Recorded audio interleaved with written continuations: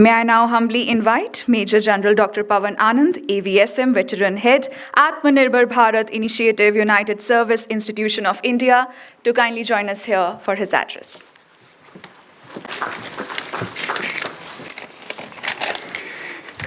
Good afternoon, ladies and gentlemen. It's a pleasure to be here with Mr. Raj Sharma and ACRA on an interesting subject, the landscape of STEM education and the need for interdisciplinary approach. Now, I have been making a few notes along the way, and very interestingly, I find that a lot of issues have been covered by Dr. Vora initially when she was here, and the director from the Skill Development Ministry. But there are certain issues which I do have some thoughts on, and you may be wondering how a soldier is here to talk on education. I just happened to spend a few years training for the army, spent my entire life working in the army. But along the way, one was always a student. And very rightly, as both of them said earlier, being a student lifelong is what really keeps you involved, keeps you involved in the workforce, keeps you mentally alert, and makes you a contributor in your society. How is this that STEM comes into play? As far as I'm concerned, I joined as a soldier, but I became an engineer along the way. I did my master's in strategic studies, ended up doing master's in management, did my doctorate in management. Was a chief engineer in the Southwestern Command for the Southwestern region, handled at one time about 402 infrastructure projects, right from start to finish, from sanctioning till final closures. During the Kargil operations, I was on the LC, and during certain periods of my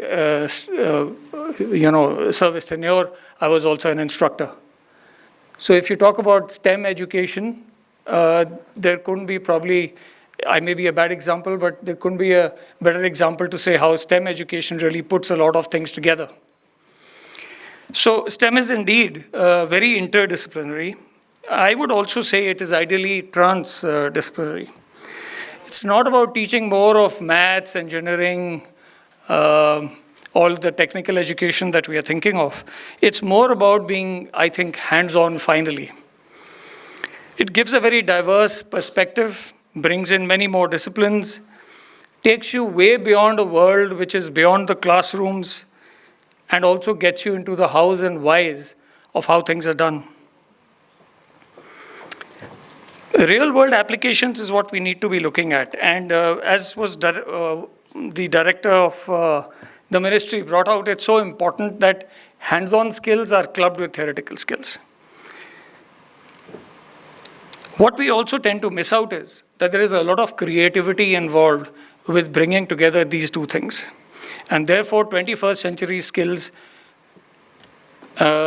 must ensure that if a student is a coder, he may also be taking or allowed to take a class in English literature or music, as you had brought out. Because that sense of creativity which is instilled into his subconsciousness begins to come out when he starts translating a code into an application in day-to-day life. So that's what interdisciplinary approach in STEM is all about. Creativity, divergent thinking, motivates young people to generate new technologies, practical innovations, and brings into the students an inquiry level. What are the levels at which we can do this?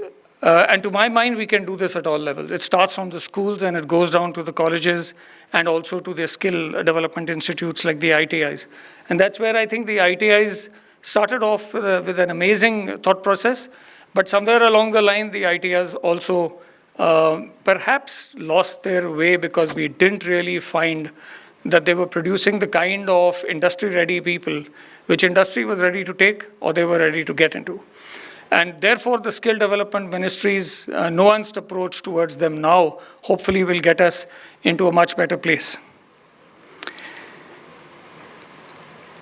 Just to give you an example, when I was a younger officer and we were working, I'm from the Armored Engineers, so we were working on T-72 tanks. The long maintenance tasks which are done on the tanks at that time were done by the Russians. And we had to have some Czech Republic of personnel coming down from Slovakia, Czech Republic, and from Russia. And the amazing thing that we saw, the difference between us and them, was this one or two man team would come down right from the carpentry that had to be done to put up the stand for a display, to the technical maintenance tasks in terms of the oil changing and the retuning, understanding the theory of the gear reduction unit, which was an advanced version of a pinion gear, which works on principles of fluids moving through certain passages in the GRU. Everything was handled by those one or two people. So from the hands-on to the theoretical aspects, to the troubleshooting, everything was handled by those 2 or 3 men team which used to come down. And that, I think, is where we become hands-on with our STEM education. And that stands out as a beautiful example of what our education really needs to be like. Sometimes these things are, of course, affected by a large number of other issues. But interestingly, as I said, when you get a mix of 2 or 3 subjects or 4 subjects together into one mind, you see how it blooms. So to give you one simple example, in the University of California, Davis, mass media and mass communication is a STEM subject. In the University of California, Berkeley, and these are 2 examples that come straight to mind because I have a connect with them. The Masters in Public Policy is taken as a STEM subject and therefore had a 3-year practice school thereafter, where students from India, when they go there, would be able to carry out a practice school with some industry over there for 3 years. And that's employment in the United States in industry. And then how policy affects. The Trump administration came along and immigration became an issue. And so public policy masters was taken off STEM subjects. And the moment the Trump administration goes away, it goes back as being a STEM subject. So it's how government can drive policy and how education can actually be made as an instrument of state, at the same time used by the state for its various uses, besides just educating the youth. Now, to put in another example, and that's the elephant in the room today, or at least it covers the whole of media, is Agnipath and what will happen with the Agniveers when they come out after 4 years in the army. Well, to put it very plainly, this scheme should have come a long while ago. If there is one way to train our youth, if there is one way to make sure that they're employable, that they've already worked and contributed in the prime of their youth in the defense of the country, instilled so many qualities in them, and then when they come out, they're ready to get into what was brought out by Dr. Vora, the Delhi Skill and Entrepreneurship University. I mean, these are prime candidates for such like places, and I'm sure the ministry would be thinking on these lines already. And it would be indeed interesting for me to take this point, and we could talk about it with ACRA and with the Ministry of Skill Development and Entrepreneurship as to how these, we can bring them together from the United Service Institution and leave it to you all to then take it forward. How is it that STEM education still continues to have challenges in this regard? We heard what are the problems faced. You know, it's all about I am in my space and you are in your space and we better stick to our spaces. Whereas the interstices have to be filled up between the two. And that is where we need to focus on.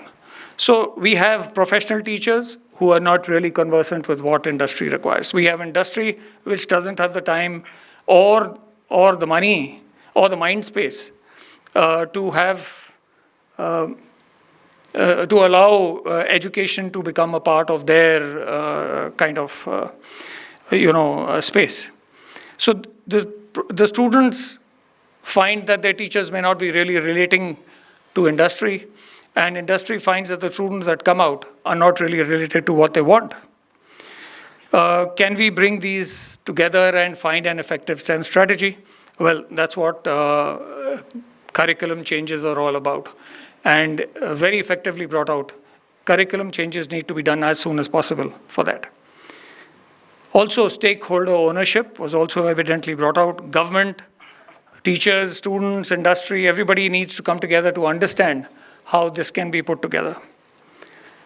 How can we make it more effective? Well, yes, obviously partnership with industry needs to be more systemic. High schools and colleges will need to have a very high content-based rather than and skill-based kind of a paradigm rather than a theory-based paradigm only. Can we have teachers who go and do an externship with industry? It doesn't have to be during class hours. It can be during the safer periods where they are not involved with students. It could be even during, I don't know, maybe during the summer breaks, we could have them going down to the industry. Maybe they can do a industrial fellowship. It could be a paid fellowship, and then come back to teaching. Well, these are all kinds of options that can be examined.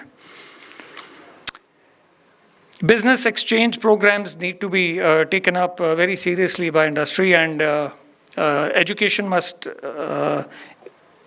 be given the due. Teachers must be given the due when they come into industry during these exchange programs. So finally, what would come out of this is a great pipeline of combinations of teachers and students and industry. There would be a lot of talent identification which should get inbuilt into this kind of an interaction, where academia would understand the students better, students would have better credibility with industry. So therefore, STEM institutions need to attract the right kind of students into curriculum-based courses. They structure the academic program around the interests of the students, and then the teachers are also structured around that curriculum so that there is a lot of freedom of making choices for teachers and students. So finally, what is this all about?